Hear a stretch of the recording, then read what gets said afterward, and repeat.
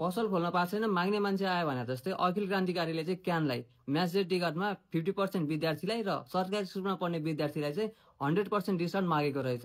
NPL भनेको अति आवश्यक कुरा होइन, यो भनेको इन्टरटेनमेन्ट हो।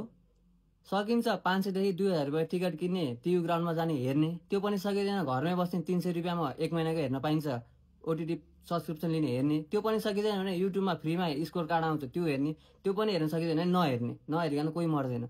अब अर्को कुरा, एनपिएल भर्खर फर्स्ट हुँदैछ, फर्स्ट सिजन राम्रोसँग सम्पन्न भयो, सेकेन्ड सिजन हुन लाग्छ र अब यदि टिकटमै 50% डिस्काउन्ट 100% डिस्काउन्ट माग्न थालेपछि क्यानलाई कहाँबाट पैसा आउँछ? हेर्ने जति दर्शक को हो? 15 देखि 30 वर्षको होइन, सबै विद्यार्थीकै लेभलको होइन। अब उनीहरूलाई नै टिकटमा डिस्काउन्ट दिएपछि क्यानलाई पैसा कहाँबाट आउँछ? अर्को सिजन कसरी गर्ने, राम्रो प्लेयर कसरी ल्याउने, यो अब अझ अर्को लिगलाई, अब यो लिगलाई अझै राम्रो गराउनको लागि ग्रासरुट लेभलमा कसरी खर्च गर्ने? अब भनौँ न धेरै एकदम धेरै कमर्सियलाइजेसन भएर अब ओटिटीबाटै धेरै पैसा आउने, ब्रान्डिङबाटै धेरै पैसा आउने भन्थ्यो भने र ठिकै छ, विद्यार्थीहरूलाई भनेर 10% 20% कति हुन्छ गर्न सकिन्थ्यो होला, क्यानले गर्न सक्थ्यो होला। तर भर्खर फर्स्ट हुँदैछ, त्यसलाई नै मार्नलाई फेरि अब टिकटमा यो डिस्काउन्ट चाहियो, उसलाई त्यो डिस्काउन्ट चाहियो भन्दै गएपछि यो लिग कस्तो हुन्छ होला? तिमीहरूले फेरि त्यही एन्फाकै त्यही ए डिभिजन लिग बनाउँछ यसलाई पनि। तिमीलाई साँच्चीकै ल एकदमै राम्रोसँग एकदम मनै छ भने, स्पोर्टमा एकदम हेर्ने मन छ भने जाउँ त एन्फाको त्यो ए डिभिजन लिग गराओ त। सक्छौ तिमीहरूले?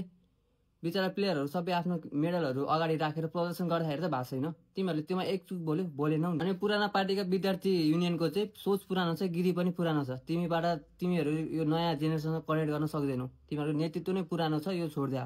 यो क्यानलाई हारगुहार गरेर विद्यार्थीलाई चाहिएको छैन टिकट। अनि अर्को कुरा भनेको चाहिँ तिमीहरूलाई साँच्चै नै विद्यार्थीको माया लाग्थ्यो भने नि अस्तिको जेन्जी आन्दोलनमा तिमीहरूले त्यत्रो विद्यार्थी मर्दाखेरि तिमीहरूले आफ्नो नेतृत्वलाई खबरदारी गर्थ्यौ। सक्यौ, एक चुक बोल्न सक्यौ, सकेनौ नि, चुप लाओ, बसा, हामीलाई चाहिएको छैन टिकट। विद्यार्थीले डिस्काउन्ट मागेकै छैन कुनै विद्यार्थीले नि। हेर्न मन छ भने विद्यार्थी घरमै बसेर हेर्छ, सक्छ भने स्टेडियममै जान्छ, त्यो पनि सक्दैन भने युट्युबमा हेर्छ स्कोर कार्ड, त्यो पनि सक्दैन भने चुप लाएर बस्छ। अनावश्यक हल्ला गरेर बेकारमा हुँदै भर्खर फर्स्ट हुँदैछ क्रिकेट, त्यसलाई पनि मार्न खोज्ने।